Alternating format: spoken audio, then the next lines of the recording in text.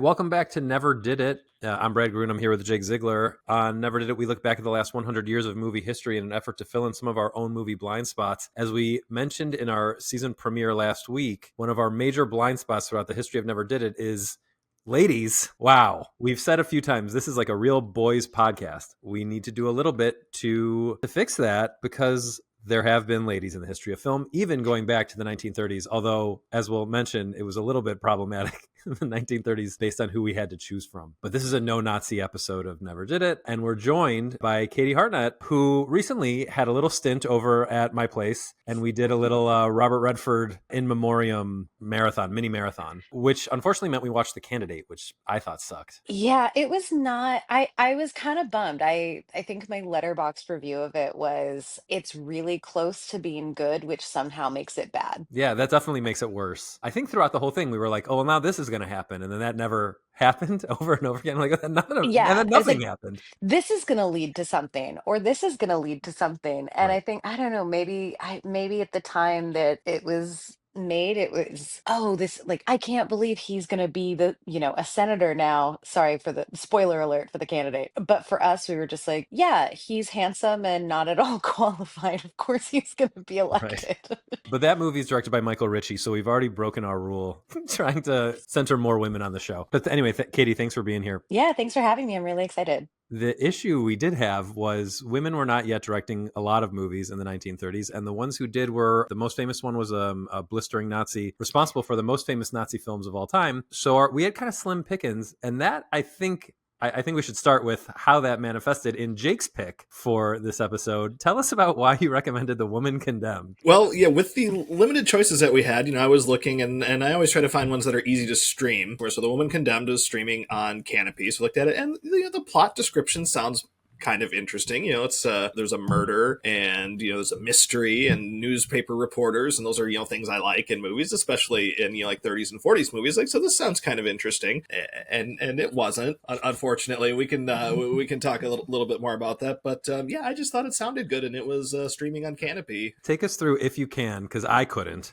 if you put me on the spot, what this is about. It's very rushed and it's confusing, but there's a radio star, and she doesn't want to perform really on the radio anymore, and she ends up murdered, but there's somehow another woman in the apartment at the time of the murder, so they think that it was that woman who did the murder, but there's a guy who thinks that woman is pretty, so she couldn't have possibly done the murder. That's really all there is to it. And of course it has a nighttime courtroom scene. Like, how many movies, even in our season one of Never Did It, how many, all the movies we did like from the 30s and 40s, I feel like there was like 75% nighttime courtroom scenes in it. Like, that must have just been a big thing back then. I'm glad you said that, because when you started that sentence, I thought you were going to say, what is a nightroom courtroom scene? And I was going to say, we've seen so many movies with these night court scenes. Why was it such a big deal? I never heard my grandparents talking about that. I didn't realize that was such a big thing back in this day. But yeah, there's a nighttime courtroom scene where this journalist rescues the presumed murderer by literally getting married to her. It's just a mess of a movie. What a And meet cute. yeah, right.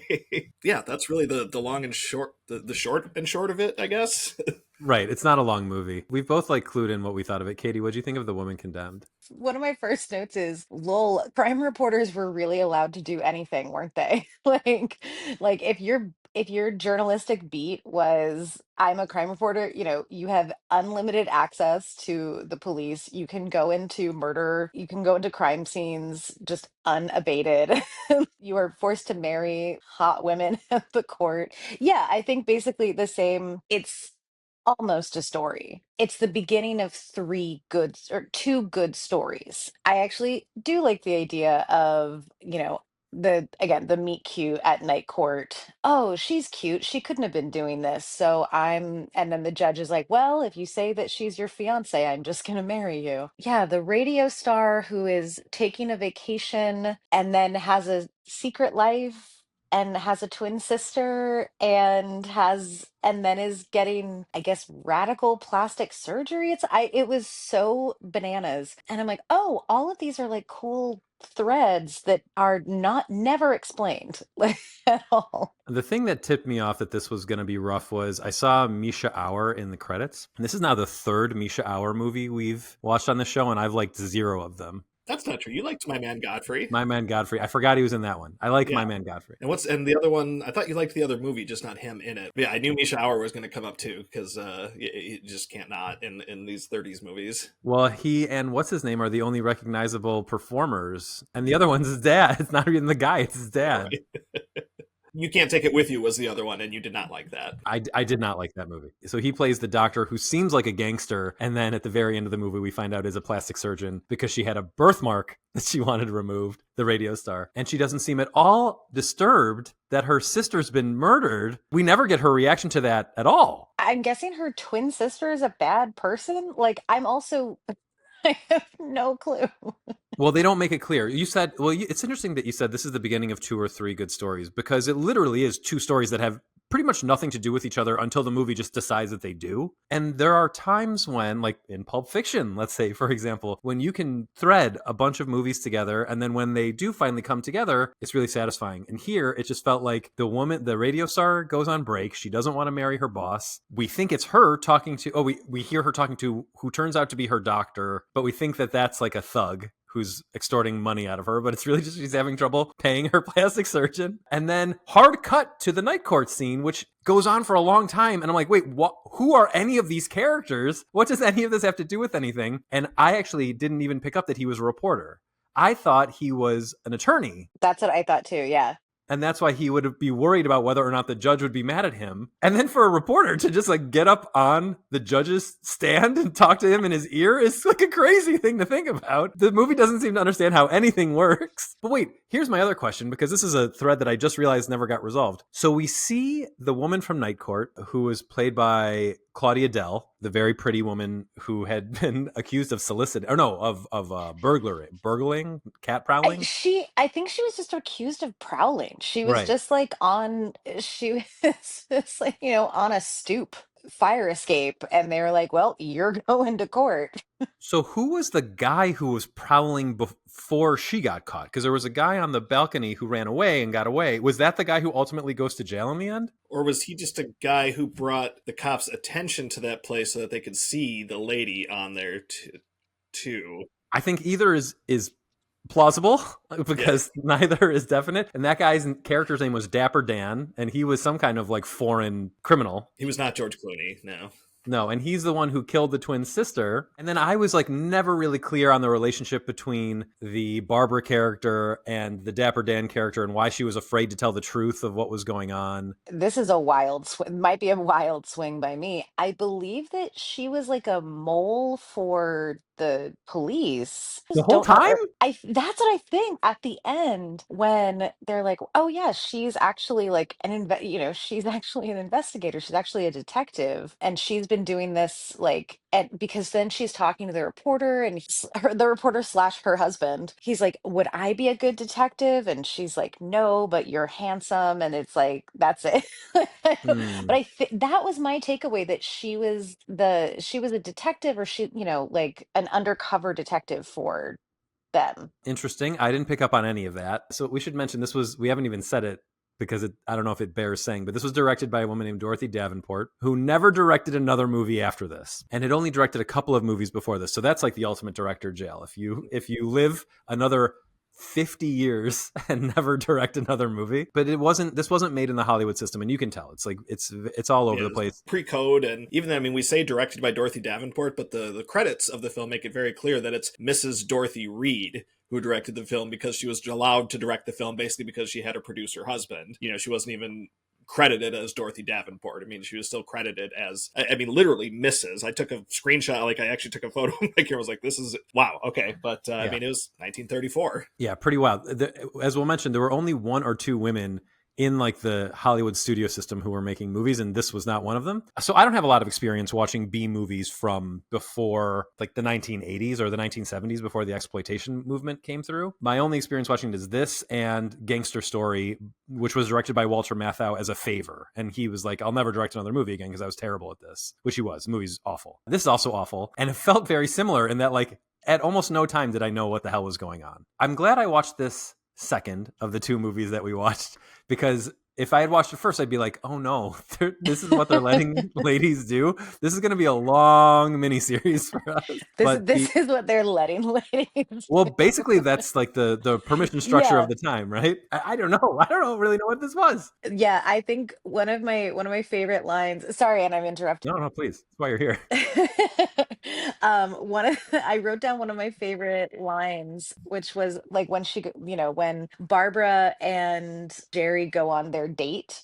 There was like one thing that was really like you could tell like how low budget it was because he's like, let's dance, and then they just cut to them sitting back down from what you assume was dancing, and now they're just really in love. But there was a great line where she says, "You're nice. You haven't asked me a single question." Yes, I thought of that too. I was like, this is the opposite of how dating is supposed to work. I know. Now, the subtext there is the questions are invasive questions about why she was in night court, right? Yes, I'd yes, be which is I was like, yeah, that's what I look for on a date. Like, like this is great. You haven't asked me anything about myself. the more he knows, the more she'll tell him nothing, because she has Yeah. basically. It's funny. This is not a silent film, right? This is the 30s. It's a talkie. In my memory of it, it's a silent film. Like I'm remembering this. The dialogue is like nothing. It does have one of my this is a small trope, but it has one of my favorite movie tropes or anything tropes, which is why didn't you give me a piece of information sooner when there was no reason yet to share it? So when the reporter is at the crime scene, because he's first on the scene, also allowed in the interrogation, and he's talking to the detective, and I think he says like she's a radio star or something, and the detective goes, well, why didn't you tell me sooner? I just love that trope in movies where it's like, why would you not have to, you didn't ask, and it has been 5 minutes. It's just something that I really, the way information is, the currency of information in this movie, I loved that, where he says that. I'm like, this is a reporter, this is a very famous woman, why would you not have known that, and why is it his obligation to tell you? Well, what I like about it, on top of everything, is she at least it sticks with the reality of the plot, which is she's a radio star, so not everyone's going to know what she looks like. I also one thing I did like about the movie, it's in the first 5 minutes, so it's rapidly depleting. We get a little bit of the behind the scenes of how these like big radio stations work. So she's up there, she does her thing. We get a long commercial for soap or something, as you always would back then, and then immediately the two people come up to do their melodrama. So I thought that was all cool, and had the movie like stuck with stuff like that instead of immediately going to the boss, who is played by Jason Robards Sr., the much less famous of the two Jason Oh, Robards, just being in love inappropriately with his employee. Oh my God, the inappropriateness of she's dead and I'm sad because I meant to marry her. And that was the value of her life. the women have very little interiority, if any. None. No, but And neither do the men. yeah, to be totally fair, I'm looking at my notes and I'm like, is there 15 minutes missing from this movie? I don't know that the movie would benefit from further explanation. Yeah. Do we have any more that we want to say about this one? I'm glad you brought up the beginning though, because I was pretty like into the movie for the first probably 5-6 minutes. Like, oh yeah, this is really cool. This is not something that you normally see, and then it was like not about that at all. Yeah, not Yeah. even a little bit. It would have been very cool. And there probably are, I'm sure there are movies that are about the goings on at a radio station, but back in the day, this was not it. Okay, so Dorothy Davenport, or Mrs. Dorothy Reed, is not a part of the Hollywood system. Even that's Mrs. I actually looked at my photo site. It was Mrs. Wallace Reed, which I've never understood the trouble of like identifying a woman by like her husband's actual Mrs. Wallace. Like that's always been so gross to me. Like even as a kid, I was like, my dad was a doctor, so sometimes they'd say like Doctor and Mrs. Gary Ziegler. I'm like, it's not my mom's name. Right. I think the only place that you can do that okay is like on an envelope when you're writing to someone, but even then it's like pretty yucky. We were talking about this at dinner last night. I didn't even ask. I called my wife's parents before I proposed to her. And her dad asked me, "Are you calling to ask permission?" And I was like, "No, that's not what this is," which I think was a relief to her mother. Now we get invitations all the time. My wife and I don't have the same last name, so I'm like Mr. Bradley Spalding sometimes, which is really irritating. Yeah, it doesn't happen to me that way, but my wife doesn't have my last name either, but she'll get Megan Ziegler. That wasn't part of the studio system. Another movie that wasn't part of the Hollywood studio system is Madchen in Uniform, which I was only informed how to pronounce correctly yesterday. I've been calling it Madchen. I don't know how It's umlauts. Madchen. Madchen. But that's what the umlaut over the A is for, to make it Madchen. And actually, now that I'm looking at a poster of it on Wikipedia, there were versions of it that were spelled Maedchen. So there's your Madchen. And this is a German film from 1931, directed by Leontine Sagan. And sometimes, much like Dorothy Davenport, sometimes it's also written as being co-directed by her husband, but he was the art director. And it was another situation where like he helped her get it made, but she made the film. We've actually talked about how like what is going to count for the series and things that are co-directed by men and women or not. But back then it's like this lady's doing the work and he's the permission structure for her to. In the 30s, yeah, we'll take what we can get. So. Yeah. And this is become kind of a famous movie because it's considered by some to be the first lesbian movie ever made. It is kind of steamy. And it is also a lesbian movie that involves children. So, your mileage may vary, but I thought this was pretty good. And I'm glad this was the one that I got to choose. And it's about this girl who doesn't have parents and her aunt drops her off at a boarding school for girls. Doesn't she have a dad? Didn't just her mom die? But he doesn't know. I mean, it's the 30s. He doesn't know what to do with her. Right. He's in the military, so the implication is that he is not around. Hmm. And also, yeah, that he does not know how to handle having a daughter. Right. And she is a very emotional young girl, which we find out right away. She is always crying. I think she's supposed to be 14 or 15. All the girls at this boarding school are in love with one of the teachers. And she's a very beautiful teacher. She's very kind to them, whereas the headmistress is very cruel and strict. And, this is Weimar Germany. So like everyone has to suffer through the difficult fallout of World War I in order to be steel, granite, good Germans. That's what the headmistress wants. And her bumbling assistant, who was my favorite character in the entire movie. Manuela, who is this also very pretty blonde girl, she quickly becomes fits right in with the other students, which I was relieved. I didn't want this to be a bullying movie, and falls head over heels in love with this teacher, Miss von Bernberg. That sounds like a comedy name, Fräulein von Bernberg. And at one point, the inciting incident of the movie is because Manuela is so neglected by her absentee father and her aunt who can't help her. Her undergarments have holes in them, so she gets a pair of undergarments from Fräulein von Bernberg, and this becomes very contentious when, after a bravura performance of whatever play they were putting on for the rest of the school, Manuela gets shit-faced and admits how much she loves the teacher and that she thinks about her often when she wears her undergarment. It's all very scandalous. And then the rest of the movie is the fallout from that, which is really the rest of the movie after that is only like 20 minutes, but everything happens very quickly. And it would be scandalous today too. Like I would say, yeah, this isn't even like scandalous. I mean, this is super scandalous stuff. Well, yeah. Yes and no. Yes, in that, yeah. If you were going by today's standards and it's like you were wearing the underwear of your, like the panties, let's say, of your teacher, that'd be wild. Oh, let's not say panties. Let's. That's not really what this was, though. The undergarments are like a full like robe that you wear underneath your dress. So it's like against you, but it's not. It's kind of like sharing pajamas. Yeah, they're petticoats, or Right. it's like a cotton slip almost, right. Which is, but yes, this room has a number of elephants in it. I mean, the first one being the first inclination we get that this is a romantic is when Miss von Bernberg, I cannot say that with a straight face, goes through the dormitory and gives every girl a kiss on the forehead. She kisses Manuela for a long time on the lips. I gasped out, like my mouth. I was like, yeah. Same.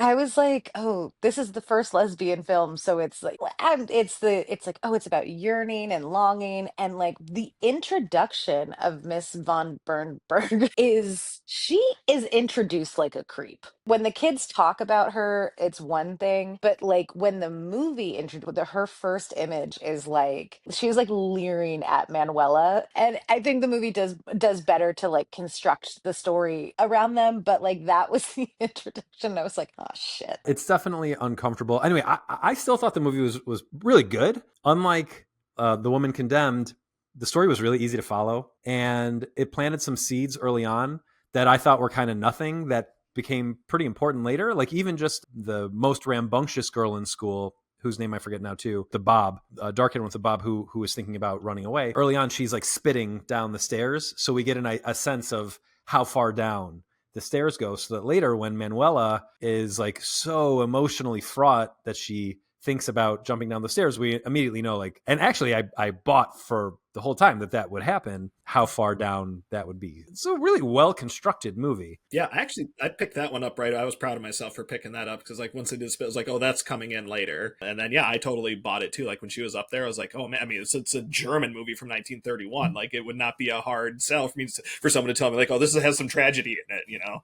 I was looking up, I was like, I don't know how to describe this particular type of staircase so that I'm sure there's a term, an architectural term for it, but it's used beautifully and like it's shot beautifully, especially at the end with, the scene with Manuela. And I too, I was like, oh, this fucking movie is gonna end with a dead girl. But yeah, the way that they use this, I thought was really, it's a really well made movie. Like I really liked it. It's based on a stage play. Doing my research, and one of the things that is talked about with this is it's based on a stage play also written by a woman. And even still, and especially at that time, it was very unusual to have the source material written by a woman and then also directed by a woman. And again, still not that common. I thought that the movie did a really, at least just from the film perspective before we get into the story, is when you adapt things from this, when things are adapted from the stage, there's so often an inclination to have exactly the same experience you would have watching it in the theater,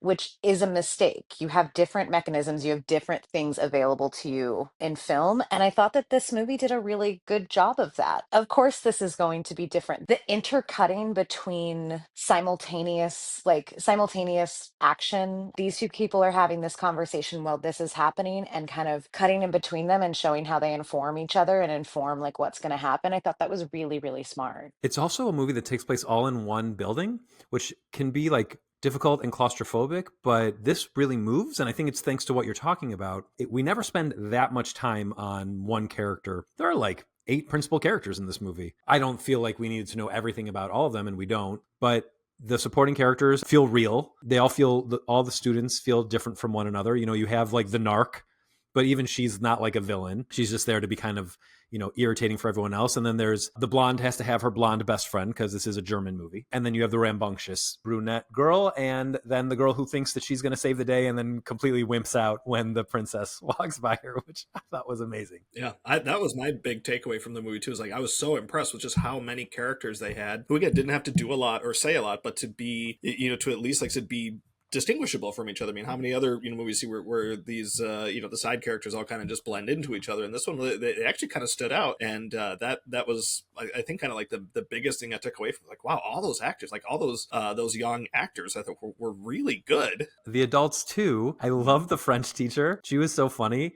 The English teacher also, I don't know, for me, it's like when I'm watching a movie like this, especially an older one, I'm like, it's nice to hear an American accent come through after a little while. Yeah, I think, yeah, similarly. And like one of the things that we were saying before about like the woman condemned is it was kind of hard to distinguish the characters. There's the two principal women or the two only women. And then all of the men, I was kind of, well, I know the reporter always wears a hat. So I've got that guy. But everyone else, I was like, the doctor has an accent. Someone's got an accent. And in this movie, especially, which is interesting because, the idea of everything is that there is a sameness to everything.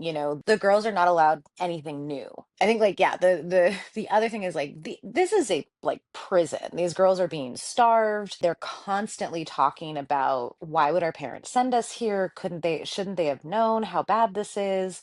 Food is hunger and discipline is the refrain from the headmistress. And the girls are, not allowed to, like, all of their clothes are all of their unit, they're all in the same uniform, and they're all like they don't get new uniform. And actually, with one thing that's interesting is in Manuela's uniform, there is the girls are so in love with this teacher that in her uniform, it's like sewn in a very phantom thread way, like sewn in like Miss Von whatever. Bernberg. It's like just Von Bernberg. MVB or Yeah. whatever, like a little, yeah, with a little Yeah. heart or something. Yeah. Yeah.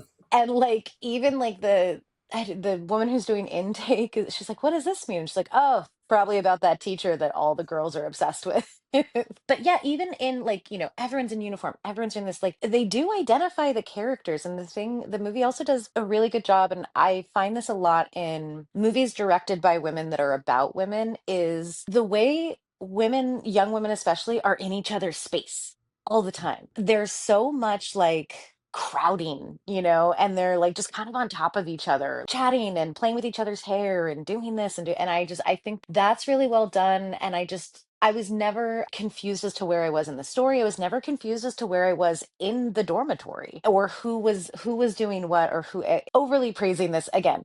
There's still a couple of particular elephants that we need to talk about, but Let's just get into the elephants. I don't really know how to address it because I don't actually understand, and this didn't affect my enjoyment of the movie, but I don't understand what this movie's take is on the way that Miss von Bernberg, let's say, indulged the students and their feelings about her that were obvious. Because it doesn't seem to be condemning it at all. It doesn't even really seem to be uncomfortable with it at all. And I wouldn't say it's celebrating it, because it's not like Manuela and von Bernberg run off together or start a relationship at the end of the movie. It's really just that Manuela is like really emotionally sensitive, and I mean, like, I think we can say unstable based on the fact that we have like a near death near the end of the movie, and she needs to be like treated very delicately, and von Bernberg is especially equipped to do that. And I think it's interesting that there were these, at least it says that like there are complications that arise when the relationship between the students and the teacher gets blurred like this, but it does not indict the age problem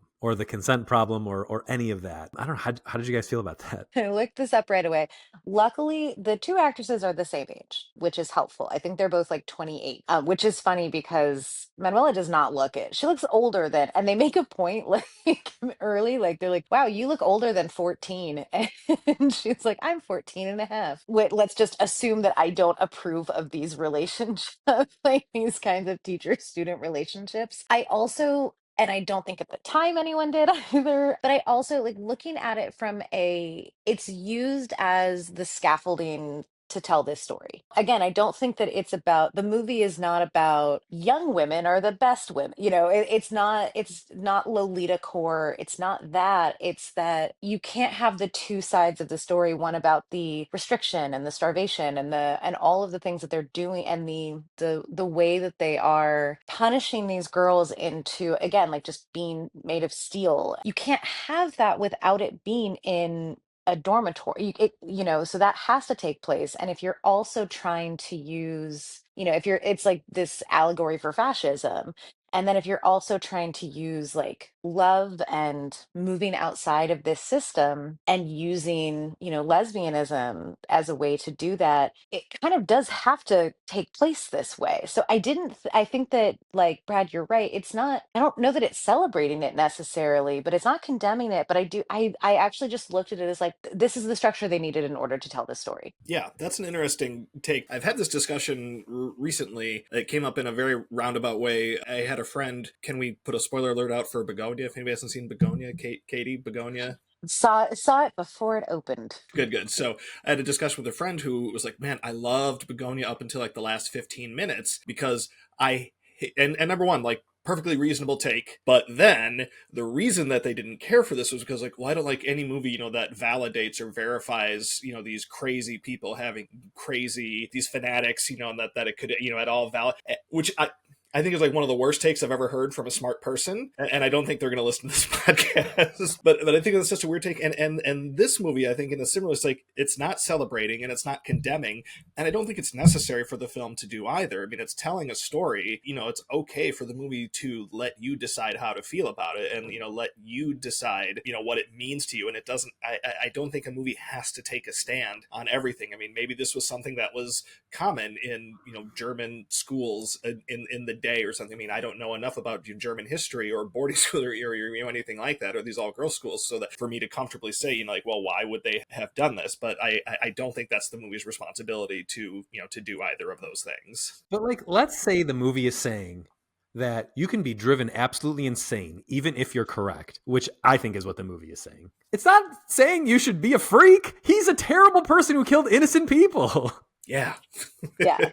We'll have a sidebar on Bugonia, but like I loved it. And I Yeah, think it's that great. like but it's funny that I'm not surprised by that take. When I was watching the movie, I was watching it and I was like, a lot of people are going to think that this is saying that this is all right. And not even that like I don't think that the people who are going to see a Yorgos Lanthimos and sorry for being a snob. I don't think the people who are going to see a Yorgos Lanthimos movie are also the same are the Jesse Plemons characters necessarily. But I'm like, but No, the people who there's a fair amount of people who are going to see this who are like, ugh, this is like again a permission structure for like this type of behavior. And I was like, I can't wait for the take. And I had two friends in mind who I was like, they're not going to like this, and this is going to be their takeaway from it. And I was like, I haven't even asked them. that's so funny. My letterbox review of that movie was people are going to like this or not like this based on the ending. And that was not why I thought. I was like, people are Yeah. just not going to buy that she's an alien. That's where I was at with it. And I watched the original version, which I think kind of sucks. I know a lot of people really like it, but I really did not like Save the Green Planet. That ending is pretty much the same and just handled so much better in the Lanthimos version. And a lot of that has to do with like the CGI. The special effects in the Korean movie are really bad. Yeah, I just thought people wouldn't like go along with it. Not like, oh, QAnon is good. That's just not. It never occurred to me that that would be what people think watching this movie. I loved it. I also, but I was the same. I was like, this is going to turn a lot of people off. I'm on board for the Yorgos project. So yeah, dude, get weird. Like, Yeah, I was like, the weirder it got, I was like, hell yeah, this is so strange. I just really liked being kept on my toes about it.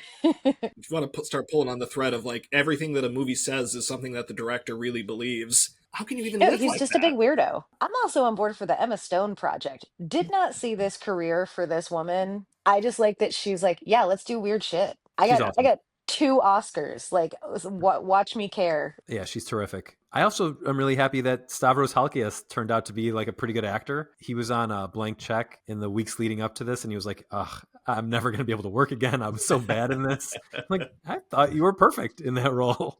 And you look like a Absolutely. guy who would do that stuff. And you know what? I don't think people are saying that the movie is endorsing pedophilia either, but that character admits to that. So, like, what the Yeah. hell? That's the thing is like I think sometimes it's about like if you're a shitty director and you are putting out difficult and dangerous ideas, like obviously you're allowed to do that, but I think that it can be a problem for people. I think like going to like back to Joker, which I didn't see because I wasn't interested. And I was like, I don't think Todd Phillips is, sorry for the drive by on Todd Phillips, but I don't think Todd Phillips is nuanced or interested enough in his audience for this kind of, for like what I think it looks like it's about. And again, I didn't see the movie, so I can't like say more, but I was like, that was always like my thing where I was just like, I don't know, man, I'm hearing Todd Phillips talk about this movie and I'm like, I don't know about you, dude. Like, I feel like you're just angry at everybody, and this is like an indictment of like a number of things. Joker was the last movie Jake and I saw in the theater together.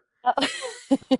We had very different experiences. I fell asleep about 10 minutes in. I thought it was like the most boring shit. And Jake, I think you liked it okay. Yeah, I do. I like it. I don't think it's like this masterpiece. Yeah. We're like I think it was 10 or 11 Oscar nominations. Like I don't like it that much, but I thought it Right. was. There was some. I thought like Joaquin was good in it, and like the score and the cinematography. Like there's elements of the movie I thought were very good, but Yeah.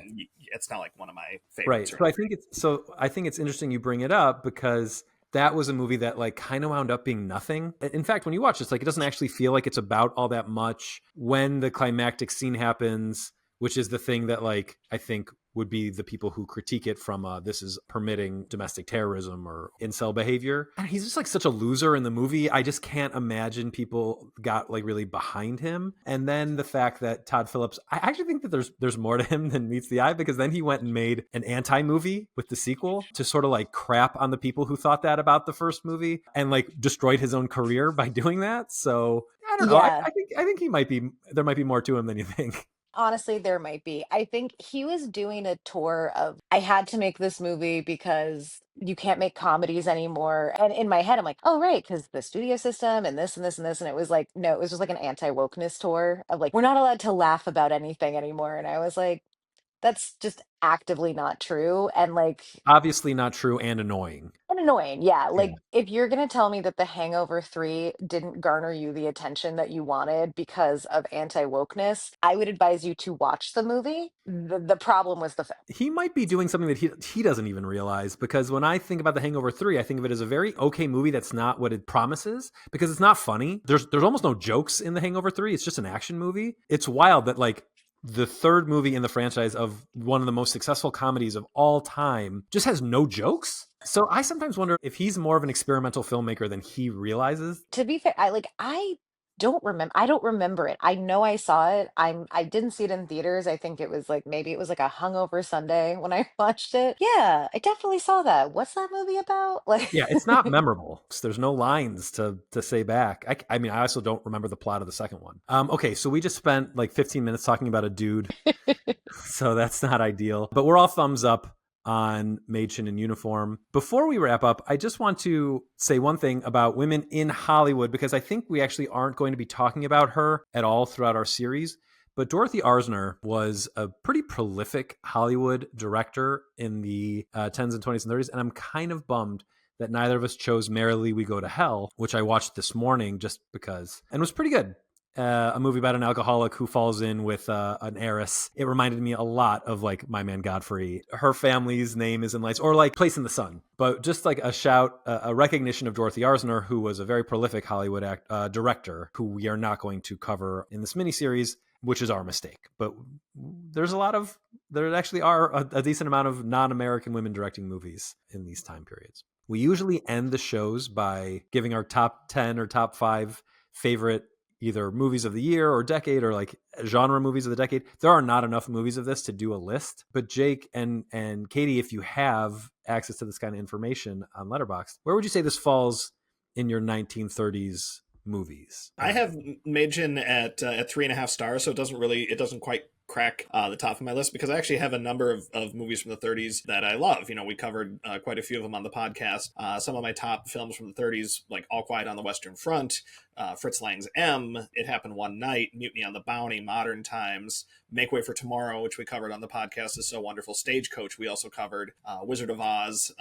Those are some of the top movies from the 1930s. So, Madchen not making it into that upper echelon is, nothing to a knock on the movies. Those are some of my tops of the 30s, and it doesn't quite crack into that list. And then The Woman Condemned, of course, is nothing. Yeah, The Woman Condemned didn't rank for me. I do keep a list of all of my 3-star plus movies of these early decades. So Madchen, but I gave Madchen 4 stars, and it's my number 15 movie of the decade right now, between Alfred Hitchcock's Sabotage and Frank Lloyd's Mutiny on the Bounty, which you mentioned. Yeah, my top movies of the 30s are like you, Make Way for Tomorrow, Stagecoach, Modern Times, I'm a Fugitive, From a Chain Gang, which is really hard to find when you try to Google it, because it's not intuitive that it's from a chain gang. I always think it's Fugitive on a Chain Gang. And then Holiday, the George Cukor movie, which I really like, with Hepburn and Grant. so the 30s are pretty, like, it's a big blind spot for me, actually. And so I was like doing a quick search. I'm like, oh, okay, go through the movies that you know from the 30s. So I gave it 4 stars on Letterboxd. I really liked this movie, and I think it holds up. Like, that was the thing that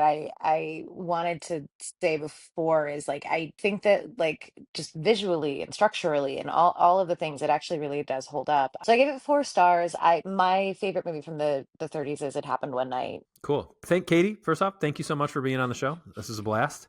Thank you. Thanks for having me. This was very fun. For sure. We'll be back next week to look at the women-led movies of the 1940s.